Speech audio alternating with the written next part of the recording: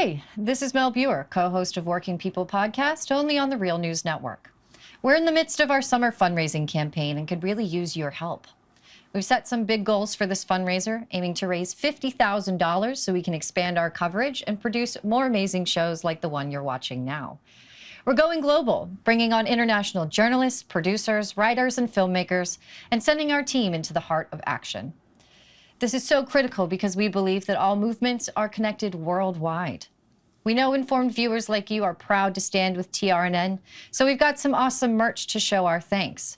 If you donate $75 or more or become a $10 a month supporter, you'll receive an exclusive Real News t-shirt as a special thank you. And any donation amount enters you into a raffle to win one of our 50 exclusive Real News fanny packs. Act fast to support our mission and claim your gift. Please chip in and help us create journalism that powers movements.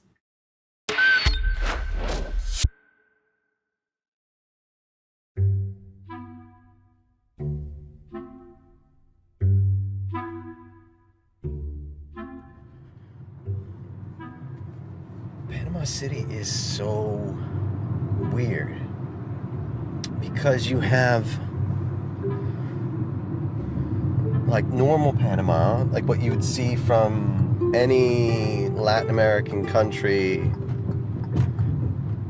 you know, city streets and stores and downtown. And then you have the colonial history. And then you have what used to be the Canal Zone, which was a gringo enclave right here.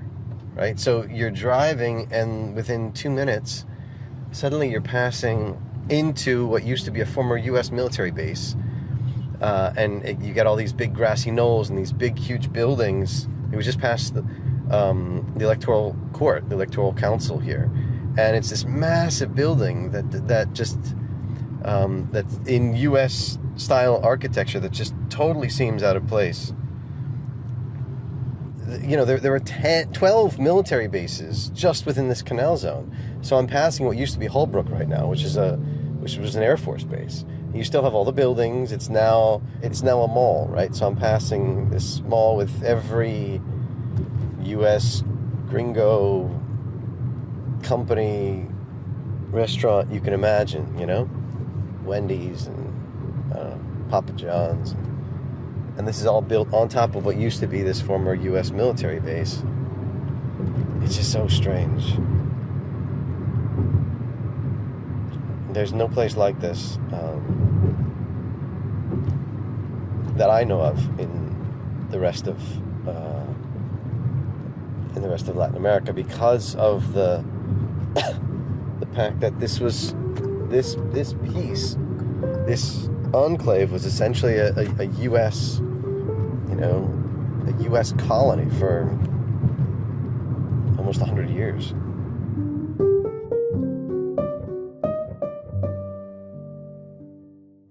It's hard to describe this feeling driving around Panama City. This feeling like you're half in the United States, half in Panama. You can tell the legacy that this comes from. Long, manicured yards, big parks, big trees, huge homes, these long streets, and wide streets that look like they're straight out of the United States, you know. It's really crazy. It's really crazy. But it's shocking to find these almost mansion-style neighborhoods, U.S. homes in the middle of Panama. So again, this is part of the Canal Zone, right, which was an area that Panamanians were not allowed to come to. This was, they were forbidden. This is for gringos and those people working the canals. And they had their little enclave, their little fiefdom inside of Panama. It's just shocking still. But it's like, you know, going back to United Fruit and Tiquisate, but on a huge scale. And in a way, it's kind of interesting that, you know, we began this series in Tiquisate and we're ending it in another place, another enclave, right? Only in this case, it's actually the U.S. government that's controlling it and not just the U.S. corporation. Entramos por acá. Recto. No, vamos acá. ¿Por aquí? No, a la... Es a la derecha. A la derecha. Y ya listo. Wow, this place is huge. This is Under the Shadow, an investigative narrative podcast series that walks back in time to tell the story of the past by visiting momentous places in the present. This podcast is a co-production in partnership with The Real News and NACLA. I'm your host, Michael Fox, longtime radio reporter, editor, journalist, the producer and host of the podcast Brazil on Fire. I've spent the better part of the last 20 years in Latin America. I've seen firsthand the role of the U.S. government abroad, and most often, sadly, it is not for the better. Invasions, coups, sanctions, support for authoritarian regimes. Politically and economically, the United States has cast a long shadow over Latin America for the past 200 years. In each episode in this series, I'll take you to a location where something historic happened, a landmark of revolutionary struggle or foreign intervention. Today, it might look like a random street corner, a church, a mall, a monument, or a museum. But every place I'm going to bring you was once the site of history-making events that shook countries, impacted lives, and left deep marks on the world. I'll try to discover what lingers of that history today. So, throughout this series, I've walked us south from the Guatemalan border with Mexico all the way to Panama at the southern tip of Central America, the gateway south or north. And Panama is perhaps the country in the region that has suffered under the longest U.S. shadow of all, right from its very inception. Remember, Panama was part of Colombia before the United States took steps to split it apart. The U.S. role in the country still reverberates today. In this episode, I'm going to walk you up from the beginning and take us to what was once the United States' most important asset in Latin America. This is Under the Shadow, Season 1, Central America, Episode 12, Panama Canal.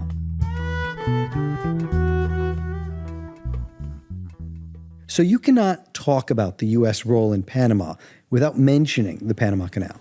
The dream of it, or something like it, stretches back far before the United States was the United States.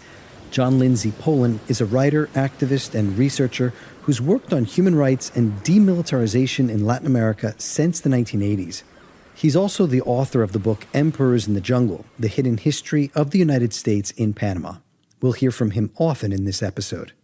Panama is an isthmus, right? It's a very narrow strip of land between Central America and South America, between the Atlantic and Pacific Oceans.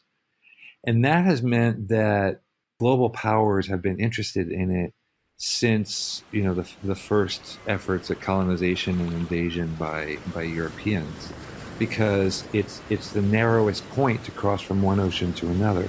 Panama is a very important strategic point in the Americas. Marixa Lasso is a Panamanian historian and the author of Erased, the untold story of the Panama Canal. It's the key to the traffic between the Atlantic and Pacific Oceans. It was important during Spanish times, and therefore it was heavily militarized under the Spaniards and very strategic for the Spanish crown. That's why also we had constant attacks by British pirates. That is what makes Panama one of the most intervening places in the Americas. In this sense, it was pretty similar to Nicaragua. Remember, we looked at that in episode 8 about William Walker. Narrow isthmus, important transit route, same deal in Panama. John Lindsay Poland. When the United States began to become more of a global power in the mid to late 1800s, it became much more interested in Panama. And with U.S. capital, constructed a railroad across the isthmus in the 1850s. That was partly in response to the gold rush in California. And that was the time of the first U.S. military interventions in what was then part of Colombia. And there were a number of other interventions over the rest of the 19th century. Whenever that transit route was, quote, interfered with or at risk from people who lived there, who maybe they wanted to change their governments to one that might not have been as friendly to outside interests, So there were successive interventions. Something curious happens here, though. See, at the time, Panama was still part of Colombia. It was like another province. Since there were no roads between Panama and Colombia's capital, Bogota, communication was often hard, and the country's armed forces weren't as robust as, say, the United States is. So Colombia, or New Granada as it was known until 1856, signs a treaty with the United States to keep an eye on Panama for it. Marixa Lasso. That allows the U.S. to intervene in Panama. Why will New Granada do that? So that it will secure Panama as part of Colombia. That was the protection it was seeking from the U.S. because Panama was a kind of a rebel province that every once in a while will dislike Colombia's centralism, and it was one of those regions of Colombia that always wanted to be federalist and have some control of its own destiny. So that was the first time we have a treaty that allows U.S. intervention. And that coincides with the Panama Railroad, which is the first railroad that connects the Pacific and Atlantic Oceans in the Americas. So it's very important, very strategic for the U.S. that has just conquered California. Remember, this was at a time that the United States wasn't yet the empire it is today. That despite the U.S. war with Mexico and the robbing of half of its territory, the United States was still seen of as a potential force for solidarity or good with the new Latin American countries. Remember, as we talked about in the first episode of this series, when President James Monroe made his Monroe Doctrine in 1823, telling Europe to keep its hands off of the Americas, that was applauded by the newly independent Spanish nations. Anyway, in Panama, the French tried their hand at constructing a canal. It came on the heels of their success building the Suez Canal in Egypt in the 1860s. In Panama, they worked at it throughout the 1870s and 80s, but the cost was tremendous. The work was slow, living and working conditions were atrocious. Malaria and yellow fever took a tremendous toll. Tens of thousands of canal workers died. Work stopped in 1889 when the French company went bankrupt. The United States had their eyes on the prize.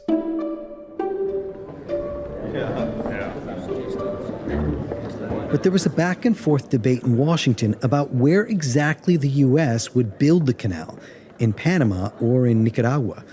Nicaragua, you remember, already had the largest freshwater lake in Central America through which large steamships could pass. The story of how the U.S. Congress chose Panama could take up an entire episode by itself. I'll just say this. Congress was almost unanimously on board for Nicaragua, but in an incredible tale of lobbying and propaganda, they ultimately went with Panama because it has fewer active volcanoes. The men who helped lawmakers change their minds, corporate lawyer William Nelson Cromwell and French engineer and investor Philippe Bonneau Varilla. Remember this guy. He'll be important later. His fortunes would remain tied to the success of the American project in Panama. In 1902, Washington lawmakers approved the Spooner Act. This authorized buying the assets of the French company that had done the work on the canal so far. That is, if the U.S. could negotiate a satisfactory treaty with Colombia. Easy enough, right? Wrong. What unfolds is both the unraveling and the creation of a nation, all at the behest of U.S. interests that would grip the region for a century.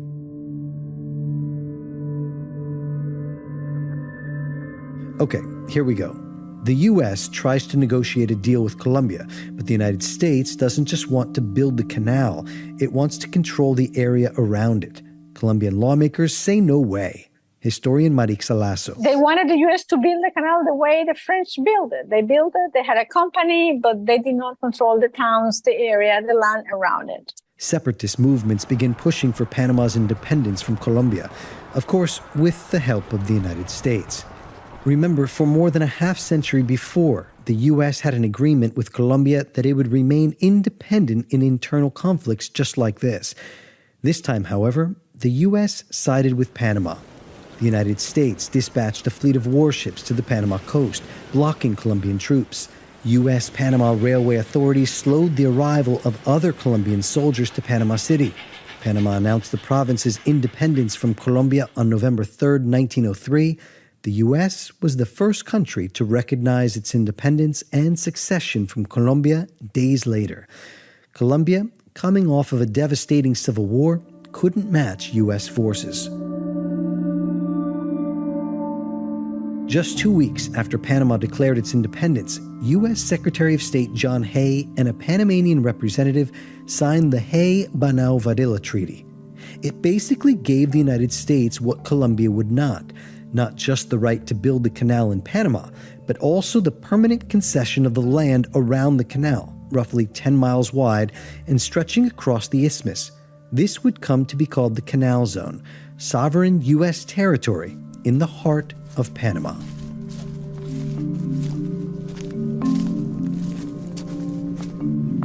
Por eso Marto Quejo decía en broma y en serio, Panamá es el único país que... Panamanian historian Olmedo Beluche told me that a future Panamanian leader would later joke, Panama is the only country in the world that borders to the north with the Caribbean, to the south with the Pacific, to the east with Colombia, to the west with Costa Rica, and in the center with the United States.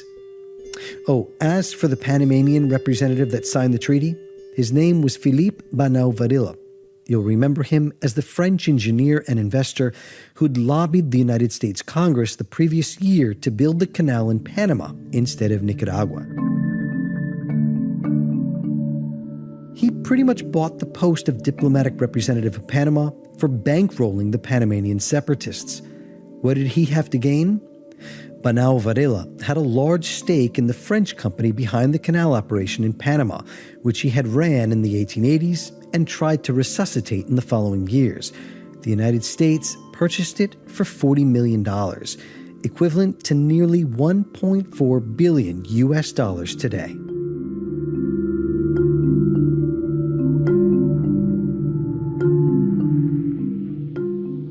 Banao-Varela made a ton of money.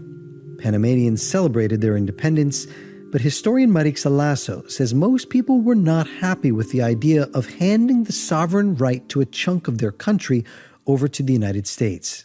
They wanted the U.S. to build a canal, but to keep control over the lands and the towns and the territory around it. The U.S. role in breaking Panama off from Colombia was no secret to anyone.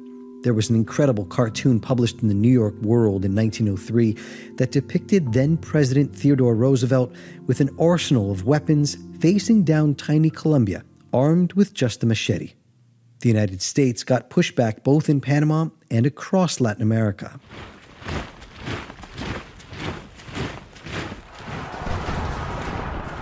Now, remember, this is also the time of the Banana Wars.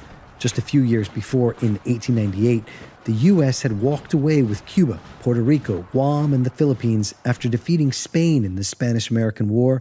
Over the coming decades, the United States would invade and occupy multiple times Nicaragua, Cuba, Honduras, Mexico, Haiti, and the Dominican Republic, as we've talked about in previous episodes. The justification for the widespread U.S. action in the region stems from the Roosevelt corollary to the Monroe Doctrine. Remember, I talked about this in the first episode to this series. The Roosevelt corollary was essentially Monroe on steroids, a warrant to police and to invade. And the Roosevelt corollary is a 1904 speech that is a justification in many ways of what happened in Panama, which is that he supported the separation of Panama from Colombia and then taking control of an area of the isthmus in what many people saw as an aggression from one republic to another, from the U.S. towards Colombia. So he needs to justify that.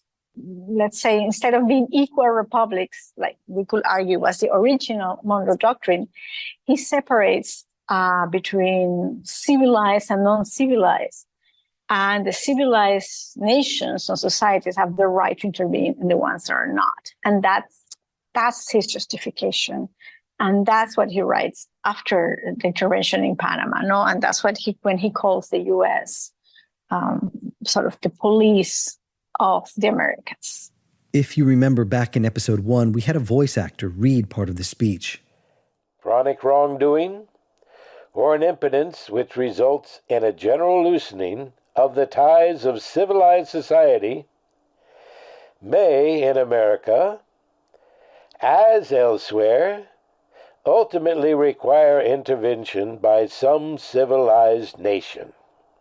And, in the Western Hemisphere, the adherence of the United States to the Monroe Doctrine may force the United States, however reluctantly, in flagrant cases of such wrongdoing or impotence, to the exercise of an international police power. He says that, certain circumstances may force the United States to the exercise of an international police power to protect the world from the general loosening of the ties of civilized society. Those are his words. The impact of this new Monroe Doctrine 2.0 still reverberates across the hemisphere today.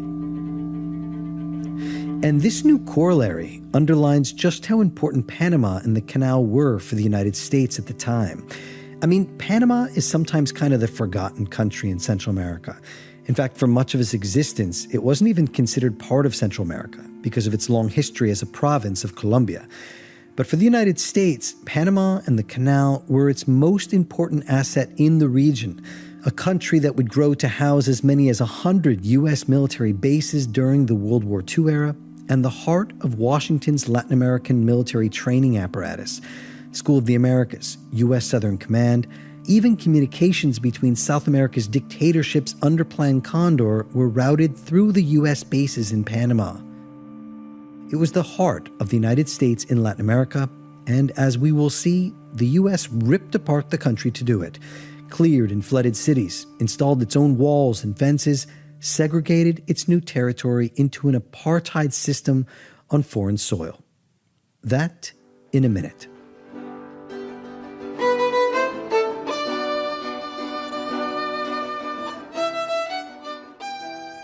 Hey everyone, Maximilian Alvarez here, editor-in-chief of the Real News Network. We're going to get you right back to the program in a sec, I promise, but really quick, I just wanted to remind y'all that The Real News is an independent, viewer and listener-supported grassroots media network. We don't take corporate cash, we don't have ads, and we never ever put our reporting behind paywalls. But we cannot continue to do this work without your support. It takes a lot of time, energy, and money to produce powerful, unique, and journalistically rigorous shows like Under the Shadow.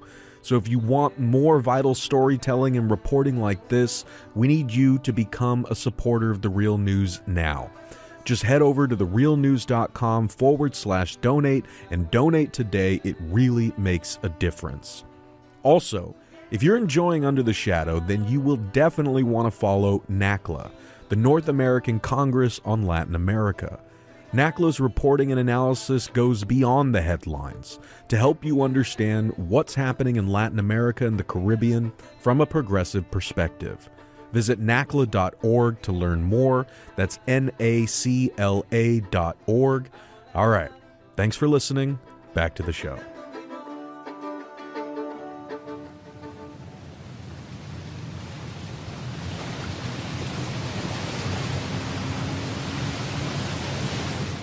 That's the wake from the boat slapping against the shore. Even though the boat's out in the channel, it creates and going fairly slow, it creates a huge wake. In late 2023, I visited a former U.S. military base in Panama. It was built there to protect the Pacific mouth of the canal. Just off the coast, the lights of endless tankers shine in the twilight. Panama Canal.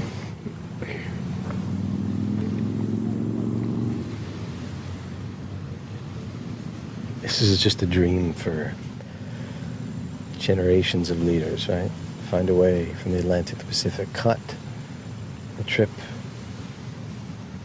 around the Horn of South America into nothing.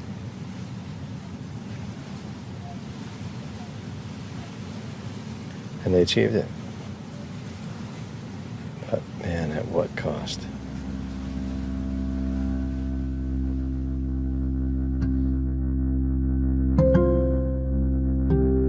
It would take the United States a decade to complete the 48-mile canal. Now we are traveling along some of the 160 miles of track that were laid down on the bottom of the canal. That's an old documentary titled Building the Panama Canal.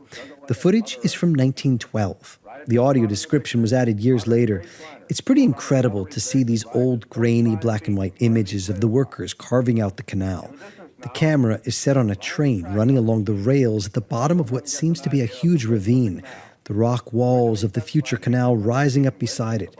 It shows steam shovels carving, workers digging their way through rock and dirt in an area that now, for more than a century, has been filled with water.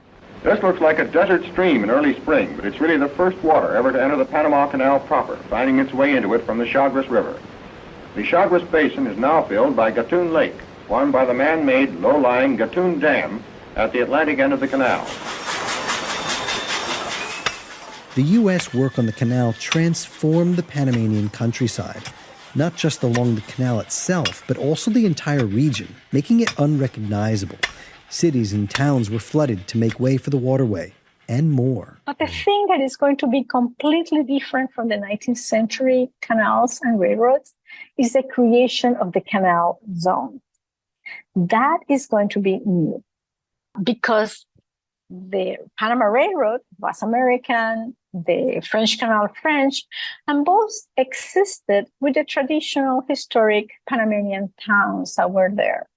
And Colombian authorities, Panama was then part of Colombia, were in control of the towns next to the canal and the railroad. This is going to change with the U.S. Marixa Lasso's book Erased, The Untold Story of the Panama Canal, looks at the tens of thousands of people that were removed from the new U.S. canal zone, not just to make way for the canal, but the new U.S. enclave in Panama. But with the depopulation order of 1912, after the canal works were almost done, all those towns are depopulated. And the canal zone becomes a huge company town owned by the federal government, from the Pacific to the Atlantic Ocean control, without no private property, without no private businesses, without no private land. And all that was there before in what used to be the most important and most densely populated part of Panama ceases to be Panamanian and become part of the U.S. The concept of the company town was clearly a thing during this period. Like I've mentioned before, that's what United Fruit was rolling out across Central America. Another example is Fordlandia, Henry Ford's Midwestern rubber town in the middle of the Amazon. But this was on a whole new scale, and everything run by just one entity, the U.S. government. Marixa says she knows of no other U.S. attempt at anything similar, except, of course, the occupation and removal of indigenous peoples from their lands.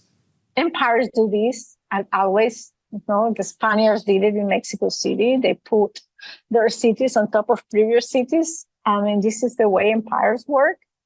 So in that sense, it's not surprising. It's an important symbolic point in America, strategic. When the U.S. controls it in all the ways, symbolically, in its own buildings, its own symbols, its own people.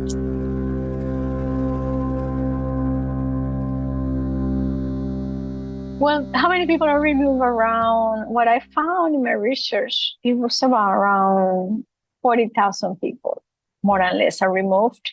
And all the towns, that was the most densely populated part of Panama at the time. And it makes sense because it was it was where all the trade took place since Spanish times. So it had towns along the river, towns along the railroad. It was a very important strategic point, full of people, lands, farms. So it had enormous impact. There was something else the United States imported alongside its canal zone and its way of life: segregation. John Lindsay Poland. So the canal zone was an apartheid enclave within Panama. It was a 10-mile zone along the banks of the canal. And the United States decided that to construct the canal and to run it, they were not going to use primarily Panamanian labor. They mostly used Caribbean black labor and brought people from Jamaica, Barbados, other black majority population Caribbean nations, then also colonies, most of them, and then established a racially segregated zone in which white people coming from the States primarily were at the top, had totally different provisions and housing and within the canal zone. And then black people, who were the majority of the canal labor, had totally different provisions and accommodations.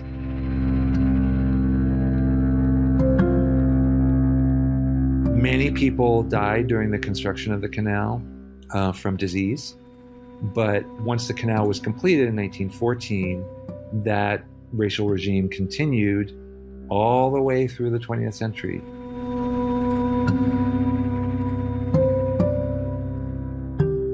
Del lado de acá, la zona pobre era Panamá. Del lado de allá, que era una zona... On this side here, the poor area was Panama, says historian Olmedo Beluche. On the other side over there, everything was pretty, manicured. The parks were well maintained. That was the United States.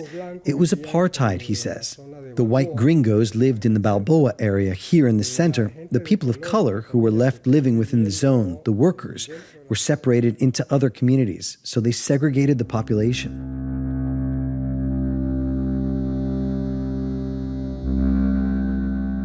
The canal opened in 1914.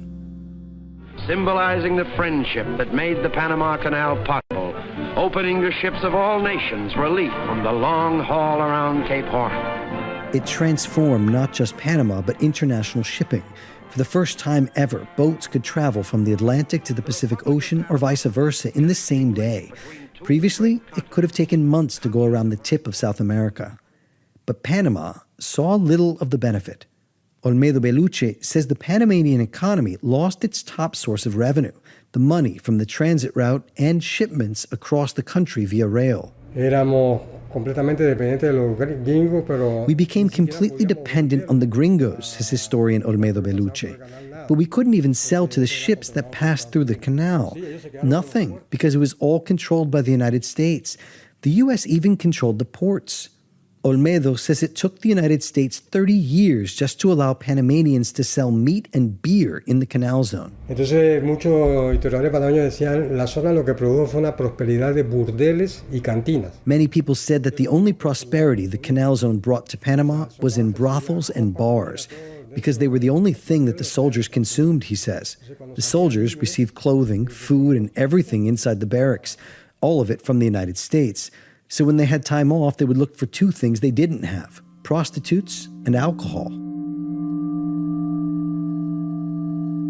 This is really reminiscent of the town of Comalapa, Honduras, which I mentioned in episode 6. That was transformed by the arrival of U.S. soldiers stationed at the U.S. Palmarola Air Force Base there in the 1980s. The difference was that throughout Panama's canal zone, there were 12 different U.S. military bases. This is the American Forces Radio and Television Service. Sovereign U.S. territory in the middle of Panama.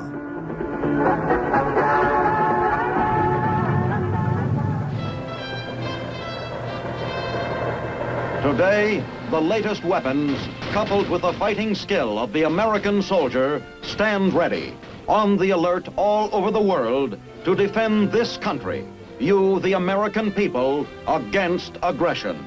The U.S. Army produced this black and white report on its role in Panama. It's titled Soldier in Panama. It paints an idyllic picture of the U.S. canal zone. Black and white images show soldiers marching with bayonets and pristine landscape fields with American-style buildings set beside palm trees and tropical plants. Maintaining the security of this indispensable waterway against attack from land, sea, and air is the main job of the defense establishment. Down here, the services work in close cooperation. The country receives protection from foreign invasion through the Monroe Doctrine and other treaties which guarantee hemispheric aid. John Lindsay Poland says for the United States, Panama and the Canal were as important militarily as commercially.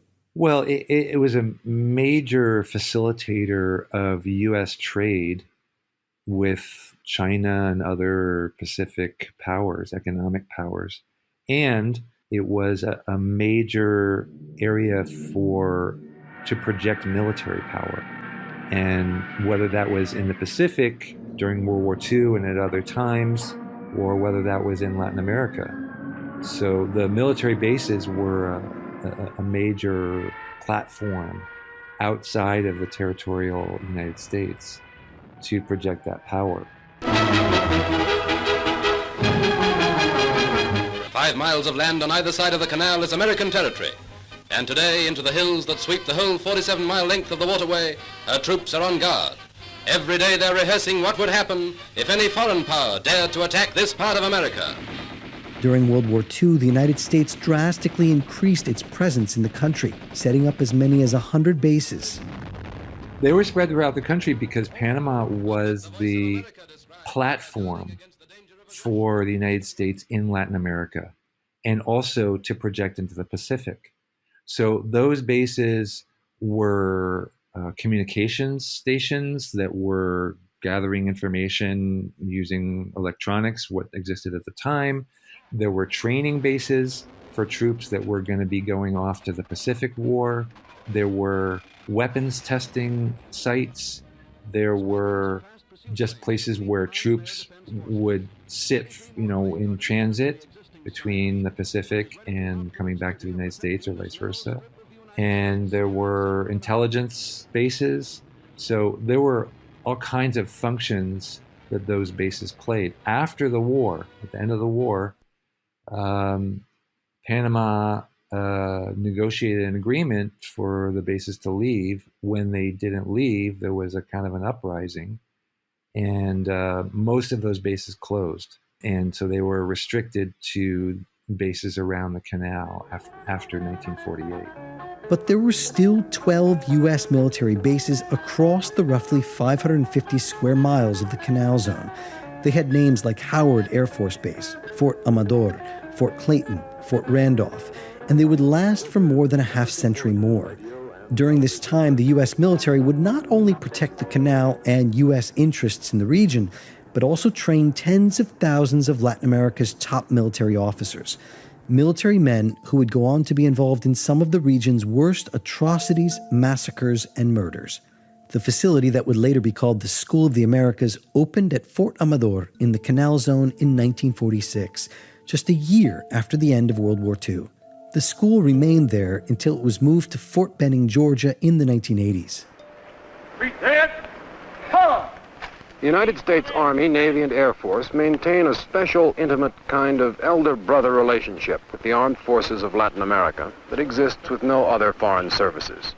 This black and white documentary from the 1960s begins with the word confidential.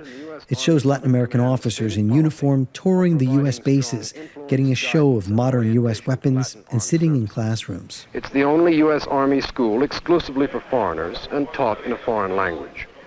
To Latin American civilians who have reason historically to distrust their own armed forces and who know the power of the U.S. Army, the militaristic solidarity implied in the school's slogan has perhaps an ominous sound. It's all for one for all. In her 2004 book On the School of the Americas, author Leslie Gill wrote that the United States didn't just train the officers at the school, but also brought them into the, quote, ideology of the American way of life, by steeping them in a vision of empire that identified their aspirations with those of the United States.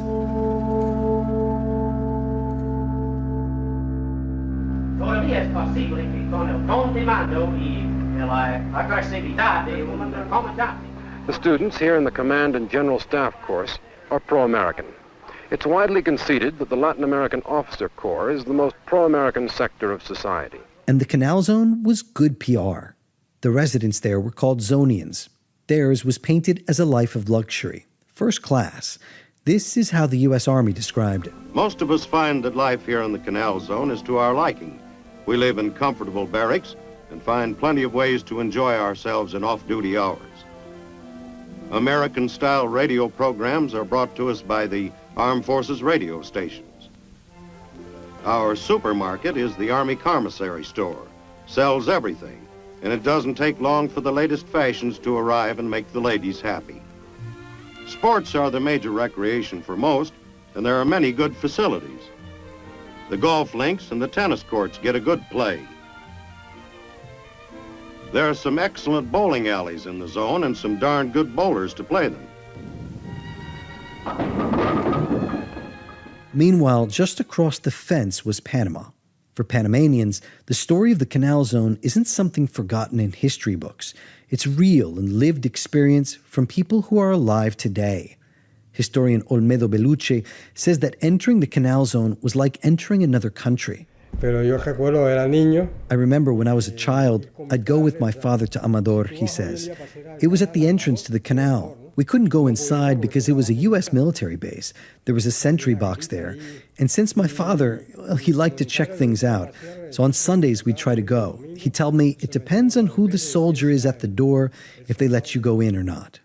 Olmedo says there was a fence like Panama's Berlin Wall. That's a description I heard often from people in Panama. It ran down the entire length of what was then called July 4th Avenue, today the Avenue of the Martyrs.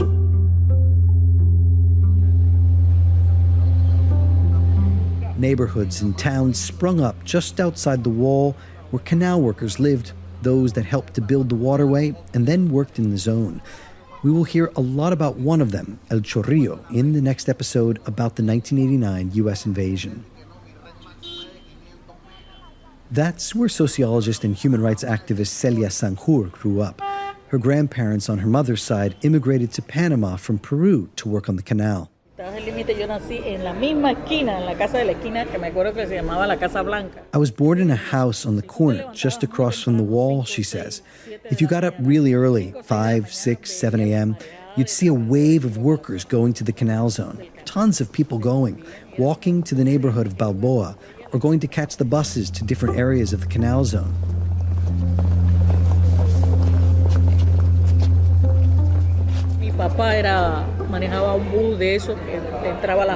My dad drove one of those buses that entered the bases, she says, and our little pastime was to go with him, enter the military bases, and see everything.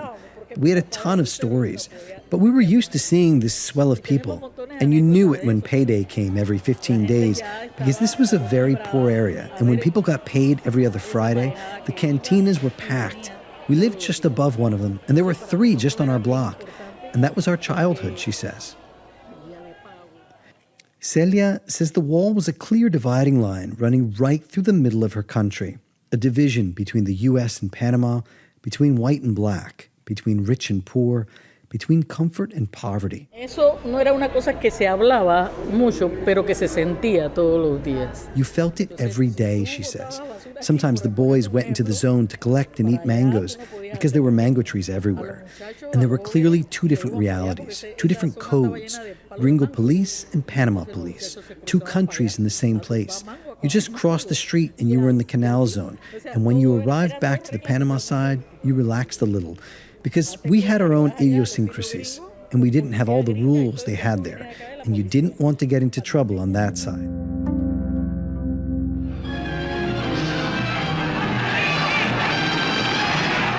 Tension was growing. Panamanians resented the U.S. enclave in their territory. They demanded that the Panamanian flag be flown in the Canal Zone. Everything came to a head in 1964. The wind of change is blowing half a gale in the Panama Canal Zone. Americans had to defend themselves as students and other rioters demanded an end of the 61-year-old Canal Zone Treaty with the United States. 12 de junio de 1962. 2 years before, John F. Kennedy and Panamanian President Roberto Chiari had agreed that beginning on January 1st, 1964, Panama's flag would fly alongside the Stars and Stripes in the Canal Zone. But authorities there balked. 9 days later, Panamanian students marched to Balboa High School in the zone to demand that the Panamanian flag be hoisted. Zonian students protested. The Panamanian flag was ripped, unleashing a wave of riots that would last for 3 days. Zone police fought with tear gas and bullets. Hundreds were injured. More than 20 people were killed. Today, they're honored every January 9th in Panama, which is now called Martyrs' Day. July 4th Avenue, which ran alongside the U.S. Canal Zone, is today called Avenue of the Martyrs.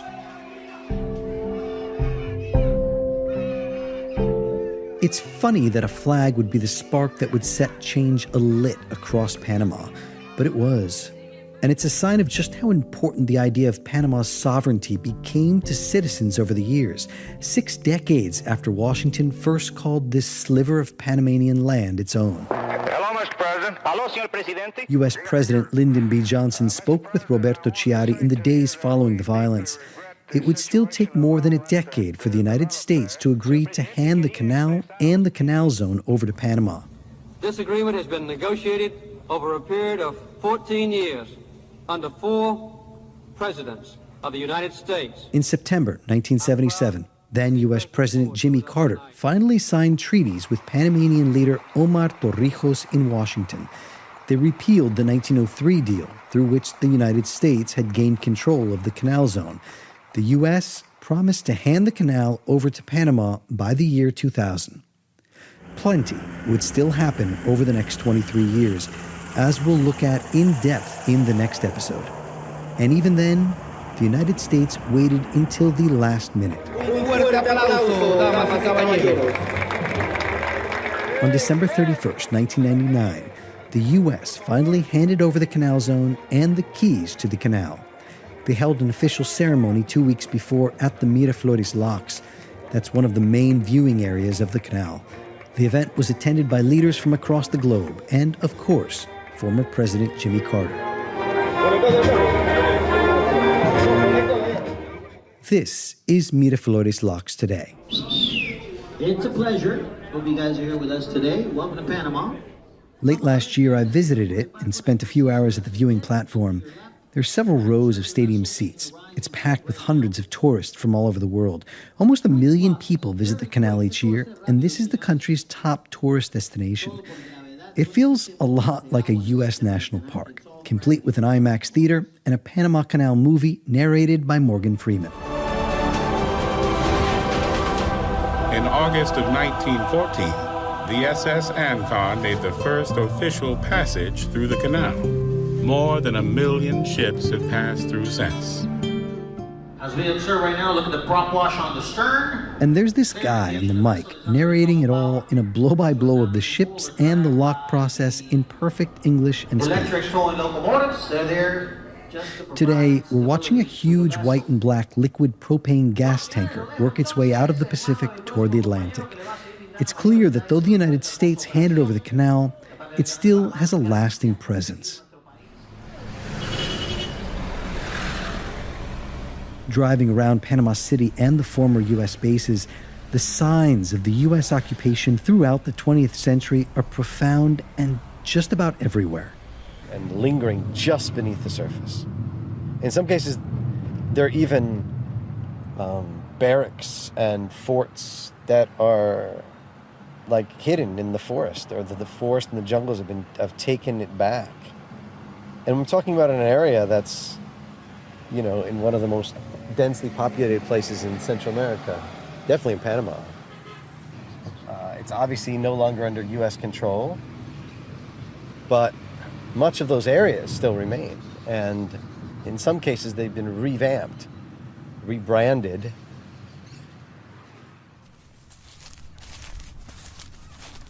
These spots, like the Holbrook Mall I mentioned at the very beginning, are, like I've said, hidden in plain sight, intertwined into the landscape, Panamanian now, but with a clear U.S. essence and a feel that doesn't really fit, like the United Fruit Homes in Tiquisate, Guatemala. Defense is still in my mind. Hilma Camargo is a Panamanian-American human rights lawyer who grew up in Panama. I go to Ciudad del Saber, I go to Albrook, and I'm never comfortable in those areas. I still feel the presence, and I am angry at the government of Panama of destroying all the evidence of the gates and all the stuff, because I think we should have at least a symbolic one so people can know what we're talking about.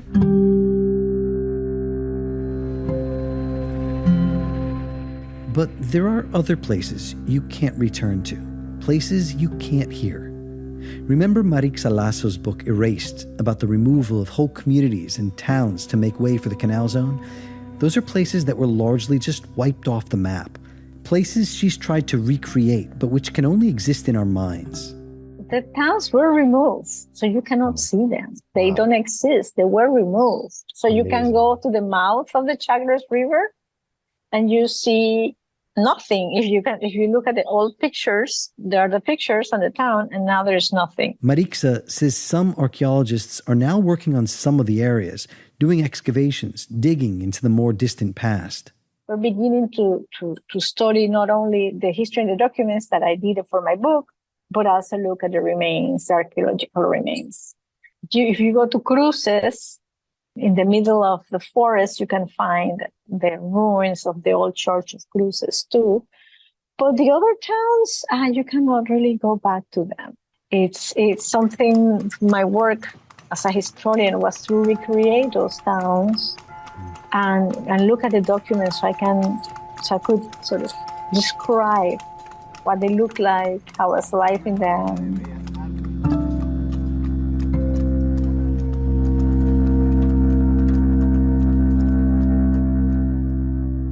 I want to show you one more thing before I go.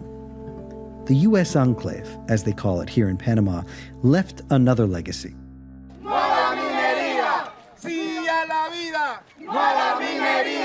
A deeply rooted attitude of defiance and a clear united sense among the country's citizens that they will fight tooth and nail to defend their sovereignty.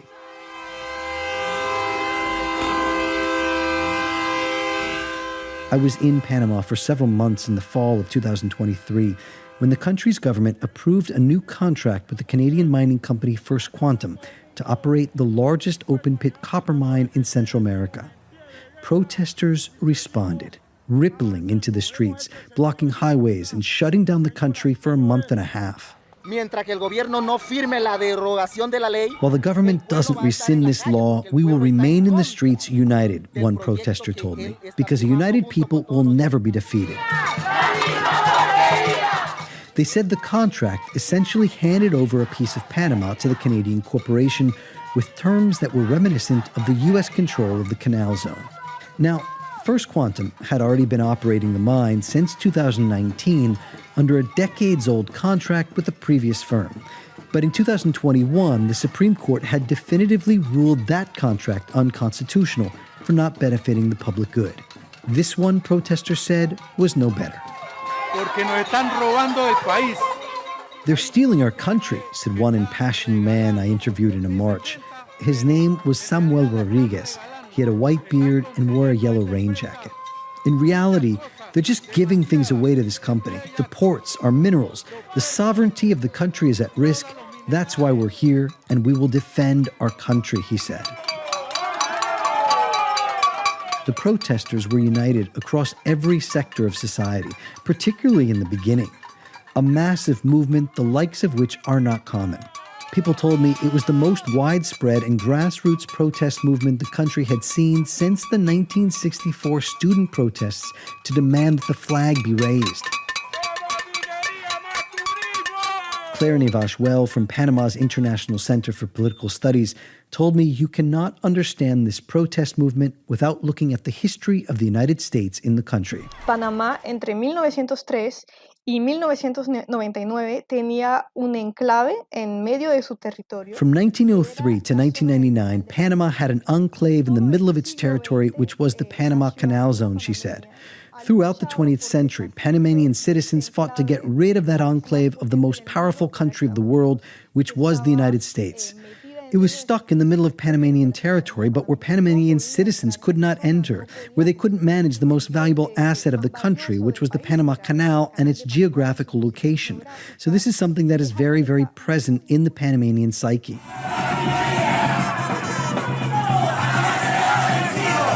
She said Panamanians fought for a century to rid themselves of the U.S. enclave, and they refused to hand over another chunk of their country to a foreign entity. Para la ciudadanía panameña es imposible de aceptar, es humillante y es... For Panamanian citizens, this is impossible to accept.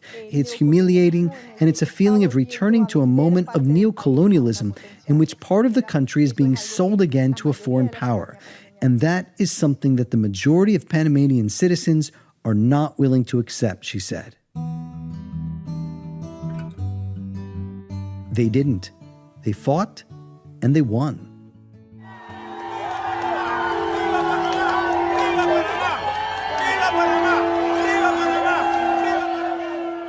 On November 28, 2023, the country's Supreme Court of Justice ruled that Panama's new mining contract with the Canadian company was unconstitutional. Protesters danced in the streets in front of the Supreme Court. They waved the red, white, and blue Panamanian flag and sang the national anthem.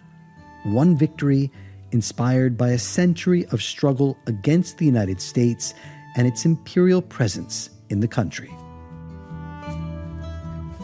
That is all for today's episode of Under the Shadow. Next time, we stay in Panama, but shift to the 1980s to look at the 1989 U.S. invasion that destroyed 20,000 homes and killed hundreds of people. At the time, the largest U.S. invasion since the end of the Vietnam War, and there are still unanswered questions. That's next time on Under the Shadow.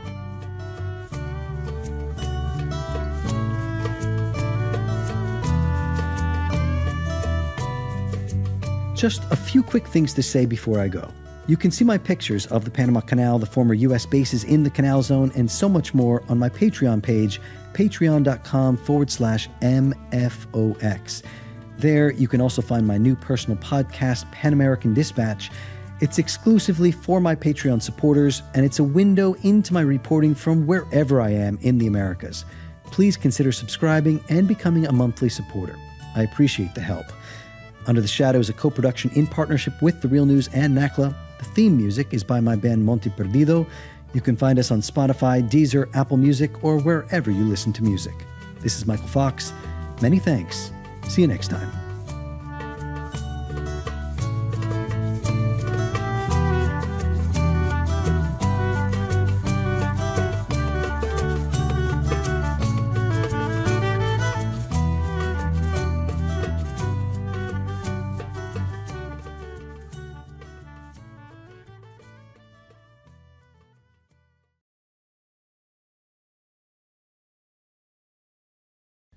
Thank you so much for watching The Real News Network, where we lift up the voices, stories, and struggles that you care about most. And we need your help to keep doing this work, so please tap your screen now, subscribe, and donate to The Real News Network. Solidarity forever.